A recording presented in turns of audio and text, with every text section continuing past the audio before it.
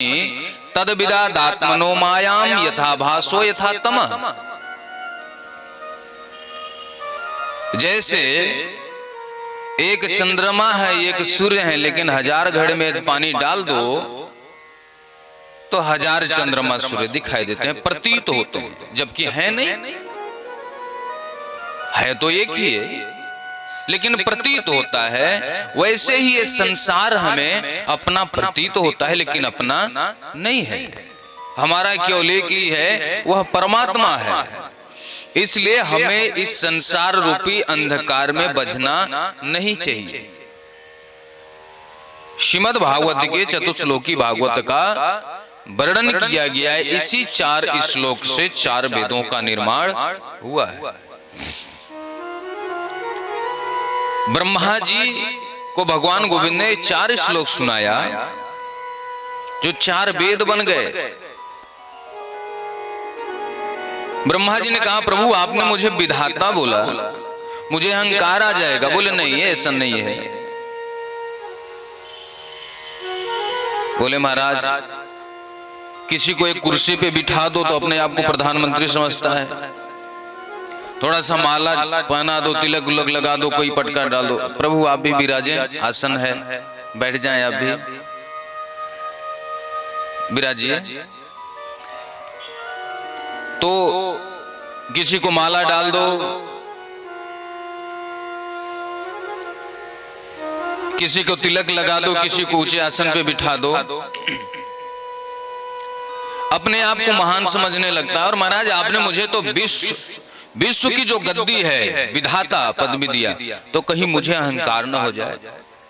तो भगवान कहते हैं जो मुझे जानता है या जानने का कोशिश करता है उसको अहंकार नहीं होता। वो कहता जो कुछ भी है परमात्मा है, मेरा तो कुछ है नहीं, मैं तो कुछ हूं भी नहीं। वो परमात्मा को सब कुछ मानता है। लेकिन जो ये कहता है कि नहीं परमात्मा कुछ नहीं होता, जो हूं सो मैं ही हूं,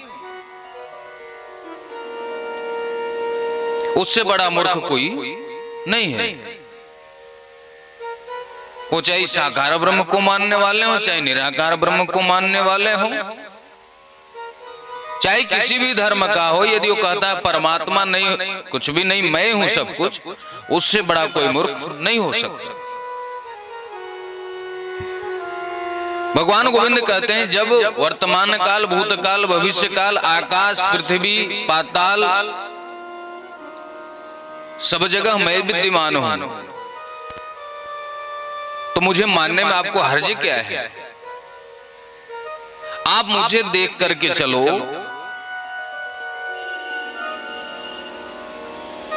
आपको अहंकार नहीं आएगा। जिस दिन आप ये सोचोगे नहीं मैं करता हूं, जिस दिन ये सोचो कि मैं कर सकता हूं, मैं किया हूं, उसी समय समझो कि बात बिगड़ जाएगी। और ब्रह्मा जी आपको तो वेद ज्ञान मिला है, चतुश्लोकी भागवत का ज्ञान मिला हुआ है। तो ब्रह्मा जी ने कहा कि महाराज कलयुग में बहुत सारे लोग ऐसे हो जाएंगे जिनको अपने आप को बड़ा छोटा समझेंगे, कोई अपने ज्ञानी समझेगा, कोई अपने आप को मूर्ख समझेगा, नाना प्रकार तुलसी इस संसार में भांति भांति के लोग तो ऐसे हो जाएंगे। उसमें कुछ भक्त भी होंगे, लेकिन चलो जो अपने को अज्ञानी समझे कोई बात नहीं, ठीक है, हो सकता है उसका कोई और भाई हो, कोई ज्ञानी समझे उसकी भी कोई बात नहीं। लेकिन जो कोई एक भक्त है तो आप मिलोगे कैसे उनको? मिलने का रास्ता तरीका क्या है? कोई मेथड हो तो बता दो, वो भी सरल हो। तो भगवान गोविंद ने कहा कि सरल से सरल उपाय बताता हूं। जो मुझसे मिलना चाहता है वो मुझसे प्रेम से भी मिल सकता है। ध्यान से सुनना कैसे भगवान मिलते हैं। बोले मुझे गाली भी दे करके मिल सकता है। और महाराज कोई मारना चाहे तो बोले मुझे मार करके भी लोग मुझसे मिल सकते हैं। चाहे जिस प्रकार आप भगवान से मिलना चाहो भगवान से आप मिल सकते हो। बोले कोई उदाहरण है आप बताएंगे? जब राम जी जंगल में थे, वन में थे, तो भीलों को पता चला कि राम जी आ रहे। निषाद राज भीलों के जो मालिक हैं, बड़ी स्वागत की गई। राम जी आए, आते ही गले लगाया गया। और किसको गले लगाए? भील, शूद्र वर्ण के हैं। और किसी संत ने विनोद किया कि जो भील लोग हैं वो महाराज ठंडी के दिन में 6 महीने नहाते ही नहीं थे वो। फिर भी राम जी ने उनको सहर्ष गले लगाया। चलो सेवा सभाखन हो गया, रोटी प्रसाद जो था वो हो गया। अब जाने का समय हुआ तो राम जी ने कहा कि लाला तुम्हारे यहाँ मैंने भोजन किया हूं, प्रसाद पाया। तो प्रसाद के बाद कुछ दक्षिणा बने। हमारे ब्रज में कहें जा ब्राह्मण के हाथ सूखो, समझो वो भूखो। खाने के बाद 10-5 रुपया और सम्मान होता है। ऐसा नहीं कि पैसे के लिए मर रहे हैं, लेकिन वो सम्मान होता है। तो लाला कछु दे दे दक्षिणा। बोले महाराज दक्षिणा कम है कि अभी आपके लोटा सोटा बचे हुए हैं। अरे हम लोग इसमें एक्सपर्ट हैं। जो भी यहाँ पे आता है पहले उसको बांधते हैं, इसके बाद उसका सामान छुड़ाते हैं, फिर मारते हैं, फिर विदा करते हैं। आप आए, आपको मैंने गले लगाया, कम किया, इतना बहुत कर दिया महाराज। लोटा सोटा जो बचा है समझो आपकी भाग्य है। मैं यही कहूंगा आप निकलो यहां से। गोस्वामी तुलसीदास जी लिखते हैं, अस हमारे प्रभु बड़ सेवकाई, अस हमारे प्रभु बड़ सेवकाई, अस हमारे प्रभु बड़ सेवकाई, अस हमारे प्रभु बड़ सेवकाई, ले हो न वासन वसन छुड़ाए, ले हो न वासन वसन छुड़ाए, ले हो न वासन वसन छुड़ाए, ले हो न वासन वसन छुड़ाए। ध्रुव सो गलानि जप्यो हरि नाम, ध्रुव से गलानि जप्यो हरि नाम, पावाय चलय धूपम ठाम, पावाय चलय धूपम ठाम। अस हमारे प्रभु बड़ सेवकाई। अरे महाराज इतना सेवा कम नहीं है, बहुत सेवा हो गया है, अब निकलो यहाँ से। तो राम जी हंस करके कहते हैं एक बार और गले मिलो। ये भाव है।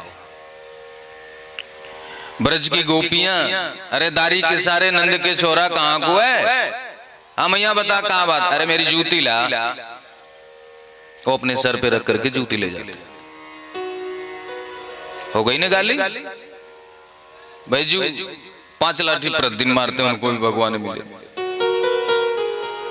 किसी ने कहा कि भगवान को मिलने की कोई उम्र निश्चित होगी। 10 साल की उम्र में मिलते हैं, 20 साल की उम्र में मिलते हैं, 50 साल की उम्र में मिलते हैं। लोग कहते हैं जब 60 साल के हो जाएंगे तो भजन करेंगे। तो क्या ऐसा ही है? बोले भगवान को जब आप बुलाओगे तब भगवान मिलेंगे। भगवान से मिलने की कोई उम्र का बाउंडेशन नहीं। ध्रुव जी कितने बरस के हैं? 5 बरस के। और मिले कितने महीने में? 5 महीने। हाँ, डिपेंड करता है कि आप बुला कैसे रहे हो, आपका बुलाने का नजरिया क्या है। जड़ को भगवान मिलते हैं, चेतन को मिलते हैं, पशु को मिलते हैं, पक्षी को मिलते हैं, मानव को मिलते हैं, किसको नहीं मिलते?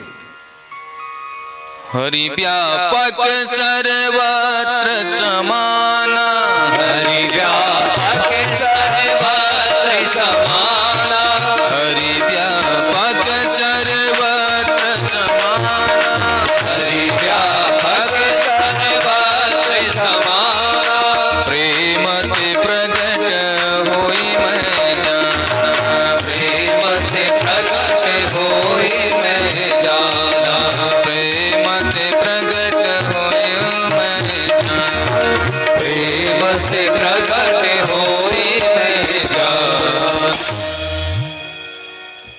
हरि व्यापक सर्वत्र समान, हर जगह है।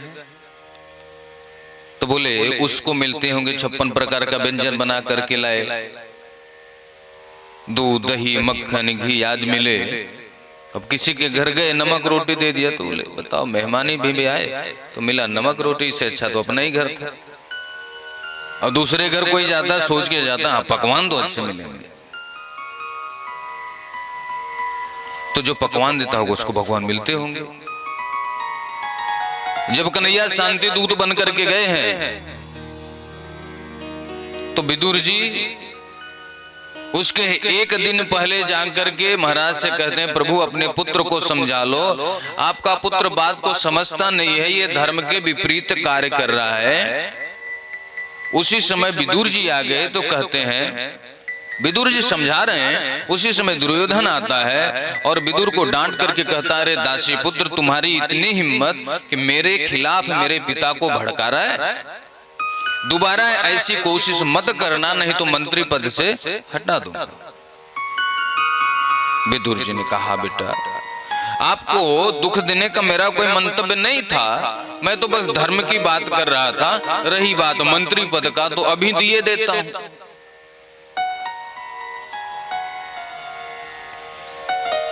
तलवार उठा करके महाराज के चरणों में रख दिया, चले आए। दूसरे दिन पता चला कि कन्हैया आ रहा है। अब इतनी भीड़ होगी वहां पे तो कन्हैया से कैसे मिलेंगे। विदुरानी कहती है चलो कन्हैया आ रहा है। बोले देवी कैसे क्यों चलो, मंत्री पद पे तो हते ना है, इतने सारे लोग होंगे कैसे के दर्शन करेंगे कन्हैया को। विदुरानी ने बड़ी अच्छी बात की,